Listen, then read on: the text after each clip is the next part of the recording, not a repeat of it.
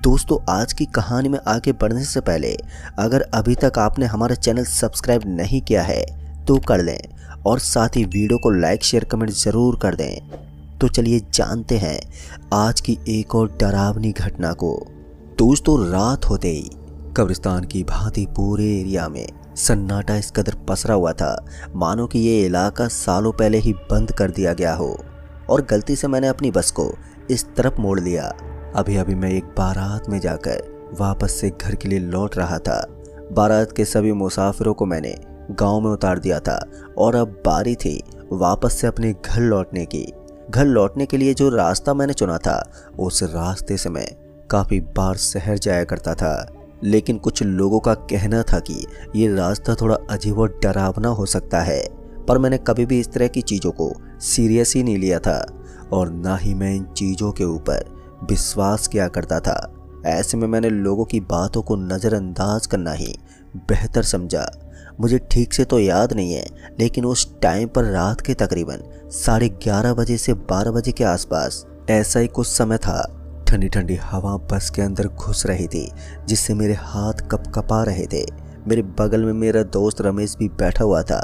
मैं रमेश को अक्सर इस तरह के सफ़र में अपने साथ ही रखता था, इसलिए रमेश ने बोला, अरे भाई, आज तो बारात में हालत ही ख़राब हो गई यार, ऊपर से ये रास्ता भी पूरा का पूरा गड्ढों से भरा हुआ है। ऐसे में हम दोनों को बस के अंदर थोड़े बहुत झटके लग रहे थे। इतने में ही बस एक गहरे गड्ढे में गिरी और उसके बाद वहीं पर बंद हो गई। दोबारा जब मैंने बस को स्टार्ट करने की कोशिश की तो वो स्टार्ट होने का नाम ही नहीं ले रही थी। इस बार मुझे थोड़ा गुस्सा तो आया, लेकिन फिर मुझे लगा कि हो सकता है बस के किसी हिस्से में खराबी आ गई हो, इसलिए मैं नीचे उतरा और चेक करने की कोशिश करने लगा। लेकिन बस को चेक करना मेरी हैसियत से बाहर था, इसलिए मैंने एक आधी जगह से चेक करके बस को यूं ही छोड़ दिया।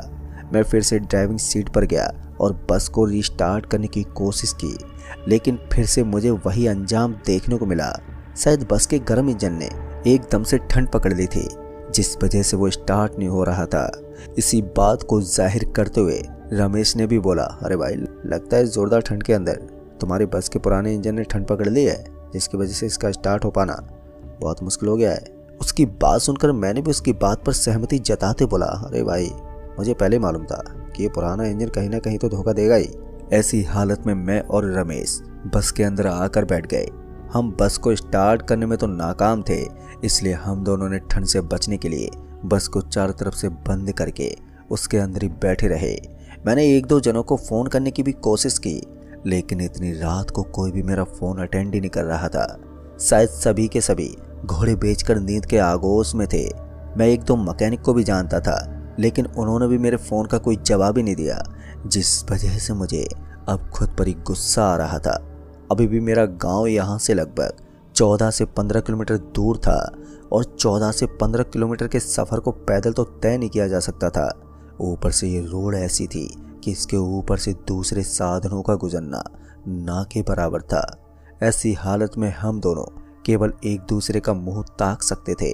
हम ऐसे ही इधर उधर की बातें करने लगे कि तभी किसी ने बस के कांच के ऊपर जोर से दे मारा। इस आवाज़ को सुनते मैं एकदम से हिल गया। दरअसल मैंने देखा कि बाहर की तरफ एक आदमी था जिसने कंबल ओढ़ रखी थी। उस आदमी को देखते मैंने बस के कांच को नीचे किया और बोला, कहिए भाई साहब, बात क्या है। इस पर उस आदमी ने बोला, अरे भाई, रास्ते में बस को क्यों रोका हुआ है, बस को साइड में लगाओ। इस पर मैंने उस आदमी को बोला, अरे भाई साहब, हमारी बस में खराबी आ गई है और अभी ये बस यहाँ से हिल नहीं सकती, बगल में तो काफ़ी जगह है, आप आराम से अपनी गाड़ी को निकाल सकते हैं। हालांकि मैंने उस आदमी की गाड़ी को नहीं देखा था, मैंने सिर्फ अंदाज़ा लगाया था कि शायद वो किसी गाड़ी का ड्राइवर ही होगा। लेकिन फिर उस आदमी ने बोला, तुम्हारी बस को अचानक क्या हुआ है। इस पर मैंने उसे बताया कि मेरी बस अचानक चलते चलते ख़राब हो गई है। फिर उस आदमी ने बोला, एक काम करते हैं, मैं आपकी बस को चेक कर लेता हूँ। पहले तो मुझे लगा कि उस आदमी से कुछ भी नहीं होगा, लेकिन फिर वो बस के आगे की तरफ गया और पता नहीं उसने क्या किया कि दोबारा वो मेरे पास आकर बोला, एक काम करो, अब बस को दोबारा स्टार्ट करो।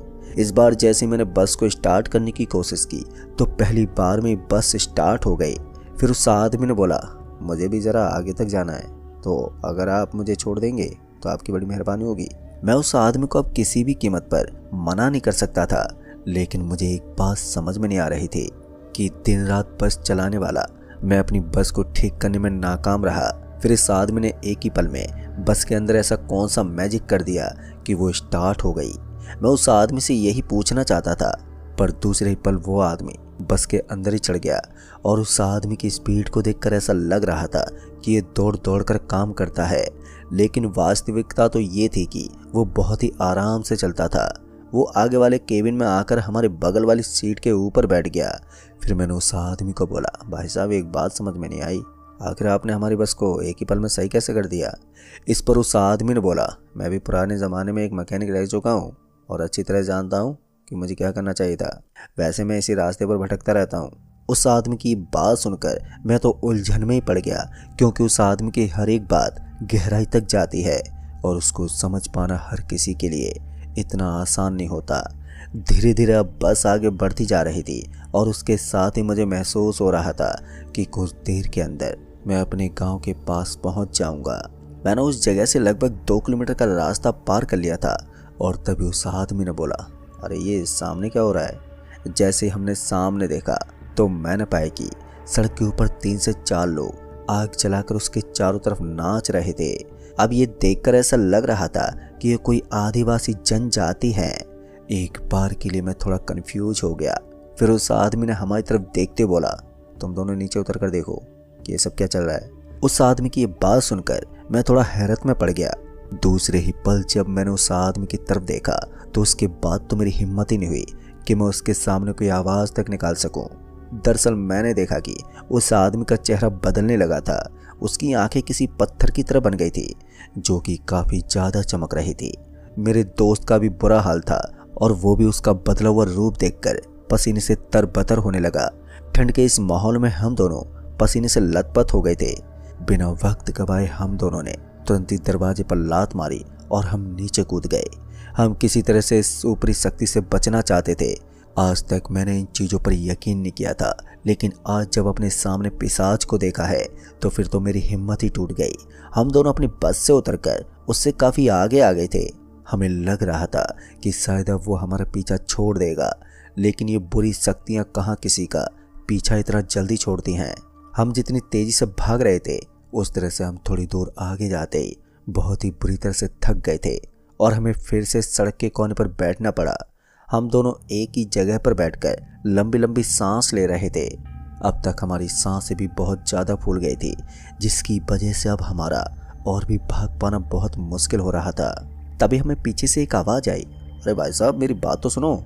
जैसे हमने पीछे घूम कर देखा तो हमारे सामने वही भयानक चेहरे वाला आदमी था। इस बार तो वो पहले से भी ज़्यादा खौफनाक बन गया था। हमारी हिम्मत नहीं थी कि उस आदमी से हम एक बार फिर बात कर सकें। ऐसे में हमने फिर से वहाँ से भागना शुरू कर दिया, मगर अब की बार हमारे सामने कुछ ऐसा दृश्य था जिसे देखकर ऐसा लग रहा था कि एक तरफ खाई है तो दूसरी तरफ एक बहुत ही गहरा कुआं, जिसके अंदर हमारी मौत पक्की है। दरअसल हमने देखा कि सामने की ओर हमें उस आदमी की तरह दिखने वाले और भी बहुत सारे लोग खड़े हुए नजर आ रहे थे, जो सड़क के ऊपर किसी पत्थर की मूर्ति की तरह खड़े थे। उन सभी को वहां पर खड़ा हुआ देखने के बाद हर कोई इंसान डर से मर जाए। हम दोनों ने तो अभी अभी अपनी जान बचाने की उम्मीद कायम रखी थी। जब हमें दोनों तरफ भागने का रास्ता नजर नहीं आया तो हमने झाड़ियों के अंदर घुसना शुरू कर दिया। उस वीरान से पड़े रास्ते के दोनों तरफ लंबी लंबी झाड़ियां नजर आ रही थी। हमने उन्हीं झाड़ियों का फायदा उठाया और फिर उन झाड़ियों के अंदर से होते हुए वहां से सरपट भागने लगे। हालांकि हम आगे का रास्ता नहीं जानते थे। हमारे हिसाब से तो हम जब तक भागते रहेंगे तब तक जिंदा हैं, और जैसे रुक जाएंगे तो फिर हम मौत के दरवाजे तक पहुंच जाएंगे। लेकिन तभी मेरे दोस्त ने बोला, भाई एक बात समझ में नहीं आई, इस आदमी ने अभी तक हमारे ऊपर अटैक क्यों नहीं किया। दोस्तों उसकी बातें भी थोड़ा फैक्ट वाली थी, क्योंकि अगर पिशाच हमें नुकसान पहुंचाने के लिए आता तो अब तक वो हमें काफ़ी सारा नुकसान दे सकता था, लेकिन अभी तक उसने हमें कोई नुकसान ही नहीं पहुंचाया था। हम दोनों बस उसके डर से भागते जा रहे थे। हमने एक भी बार उसकी कोई बात नहीं सुनी थी। तभी हमें अपने समक्ष एक झोंपड़ी दिखी और इस झोंपड़ी को देखकर ऐसा लग रहा था कि ये बहुत ही पुराने ज़माने की कोई झोंपड़ी है, जिसको घास फूस से बनाया गया है। उस झोंपड़ी को देखकर हमने सोचा कि थोड़ी देर के लिए हम इसके अंदर छुप सकते हैं। वैसे भी ठंड से बचने के लिए हमें कोई रास्ता तो ढूंढना ही था। ऐसे में वो झोंपड़ी हमारे लिए एक बेस्ट रास्ता था। ऐसे में हमने ज़्यादा सोच विचार नहीं किया और ठंड के मौसम से बचने के लिए उस झोंपड़ी के अंदर घुस गए हम। पर हम जैसे उस झोंपड़ी के अंदर गए तो हमें महसूस हो रहा था कि वहाँ किसी मरे हुए जानवर की भयंकर बदबू आ रही थी। ये बदबू इतनी जोर की थी कि हम दोनों ज़्यादा देर तक उस झोंपड़ी में नहीं ठहर सकते थे। तभी मैंने अपने दोस्त को बोला, भाई एक काम कर दो, अपने फ़ोन की टॉर्च से देख कि यहाँ पर किस चीज़ की बदबू आ रही है। जैसे ही उसने अपने मोबाइल की टॉर्च को ऑन करके इधर उधर देखने की कोशिश की तो हम दोनों को समझ में आ रहा था कि आज का दिन हमारे लिए कितना ज़्यादा ख़राब था। वास्तव में ये बदबू किसी जानवर की नहीं बल्कि एक इंसानी खोपड़ी की थी, जिसको देखकर ऐसा लग रहा था कि किसी आदमी को अभी अभी मारा गया है और उसकी खोपड़ी को निकालकर इस झोंपड़ी के अंदर फेंका गया है। उस खोपड़ी को देखकर तो ऐसा लग रहा था कि ये 2 से 3 दिन पहले का कारनामा है। अब हम दोनों इस बात को समझ नहीं पा रहे थे कि हम दोनों इस समय क्या करें। हमारी किस्मत इतनी खराब थी कि जिस तरफ भी हम अपने कदम पटकते उसी तरफ हमें यही देखने को मिलता। ऊपर से मुझे ये डर सता रहा था कि कहीं पर फिर से हमें वो बस वाला आदमी न मिल जाए, क्योंकि उससे मुलाकात करने से ही मुझे डर लगने लगा था। किसी तरह से हम दोनों फिर से उस झोंपड़ी से बाहर निकल गए। बाहर निकलकर हमने देखा कि वहाँ चारों तरफ भयंकर सन्नाटा पसरा हुआ था और उन घनी झाड़ियों के बीच में हम दोनों हल्के हल्के कदमों के साथ वापस से सड़क की तरफ बढ़ रहे थे। शायद सड़क पर जाने के बाद कोई लिफ्ट देने वाला आदमी ही हमारी जान बचा सकता था। हम इसी उम्मीद में थे कि सड़क पर जाने के बाद कोई ना कोई शख्स आकर हमारी जान जरूर बचाएगा। लेकिन दोस्तों, वो कहते हैं ना, भूतों की नगरी में आने से पहले हर व्यक्ति 100 बार सोचता है। शायद हमारे अलावा कोई दूसरा आदमी ऐसा नहीं था जो इस भूत की नगरी में आकर अपनी जान जोखिम में डाल सके, क्योंकि मौत से खेलना हर किसी को पसंद नहीं होता है। ऐसे में हम दोनों जिस सड़क पर पहुंचे थे उसके ऊपर पैदल ही अपने कदम पटकते हुए आगे की तरफ बढ़ रहे थे। बार बार हमें ऐसा ही लग रहा था कि कोई हमारा पीछा कर रहा है, लेकिन जैसे हम पीछे पलटकर देखते तो हमें कोई भी नजर ही नहीं आता। शायद हमारे दिमाग में भी यही चीज चल रही थी कि वो भूत अभी भी हमारे पीछे पड़ा हुआ है। किसी तरह से हम दोनों घूमते फिरते वापस से अपनी बस के पास पहुंच गए। बस के पास पहुंचते ही हमने देखा कि वहां पर आजू बाजू का नज़ारा एकदम खामोश था। दूर दूर तक कोई भी नजर नहीं आ रहा था और यही मौका देखकर मैं तुरंत ही बस के अंदर चढ़ गया। मेरे साथ साथ मेरा दोस्त भी बस के अंदर सवार हुआ और मैंने मौका मिलते ही बस को स्टार्ट कर लिया। पर हैरानी की बात तो ये थी कि अब हम दोनों अपने आसपास सब कुछ नॉर्मल महसूस कर पा रहे थे। ऐसा लग रहा था कि अब हमारे आजू बाजू में सब कुछ एकदम शांत हो चुका है। बस को चलता हुआ देखकर भी हम सब कुछ सही महसूस कर रहे थे, मानो चुटकियों में ही सब कुछ एकदम बदल सा गया था। थोड़ी देर के बाद मैंने उस जोखिम भरे रास्ते को पूरी तरह से पार कर लिया, लेकिन अभी भी मैं इस चीज़ को समझ नहीं पा रहा था कि आखिर हमने उन प्रेतों से मुकाबला कैसे किया। बाद में मैं अपने बस को लेकर घर पहुंचा और घर पहुंचने के बाद मैं पूरी तरीके से एहसास कर पा रहा था कि अब मैंने अपनी जान बचा ली है। फिर घर जाने के बाद भी मैं इतना ज़्यादा डरा हुआ था कि मेरे मुंह से सही से आवाज़ ही नहीं निकल रही थी। मैंने हकलाते हुए धीरे धीरे अपने घर वालों को भी इस घटना के बारे में बताया। मेरा दोस्त भी आज मेरे साथ ही मेरे घर पर रुका हुआ था। ऐसे में हम दोनों रात के लगभग 2 बजे के आसपास कमरे में ही जागते रहे और रात को अचानक से फिर से मुझे ऐसा लगा कि कोई मेरी खिड़की के पास आकर उसे खटखटा रहा है। मैंने 1-2 बार इधर उधर देखा, लेकिन मुझे कोई भी नजर ही नहीं आया। फिर थोड़ी देर के बाद मुझे महसूस हुआ कि मैं किसी कब्रिस्तान में हूँ और मेरे शरीर के अलग अलग हिस्सों पर मुझे बहुत भयंकर दर्द हो रहा है। जैसे मैंने अपने आसपास देखा तो भयानक चेहरे वाले शैतान मेरे हाथ पैरों को चबा रहे थे।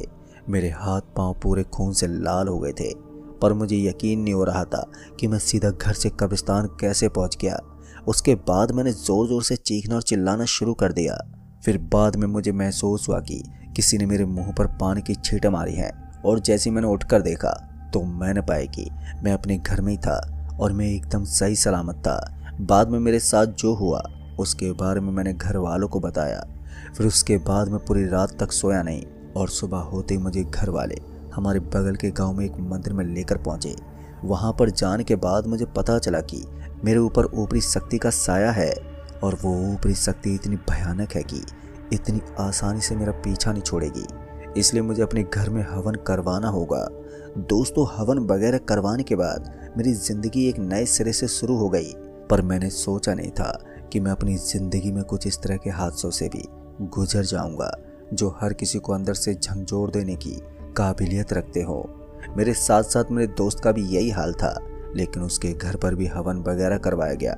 हमने पुजारी से भी पूछने की कोशिश की कि बस से लिफ्ट मांगने वाला वो आदमी कौन था, लेकिन उन्होंने हमें इसके बारे में कुछ भी नहीं बताया। उनका कहना था कि वो एक पिशाच था जो अक्सर नमाज पढ़ते वक्त डिस्टर्ब हो जाते हैं, तो उसके बाद वो हर किसी इंसान का बुरा हाल करते हैं। लेकिन दोस्तों, उसके बाद हम कभी भी उस रास्ते से रात तो छोड़ो दिन में भी नहीं गुजरे। तो दोस्तों, इस कहानी में बस इतना ही। कहानी आपको पसंद आई हो तो वीडियो को लाइक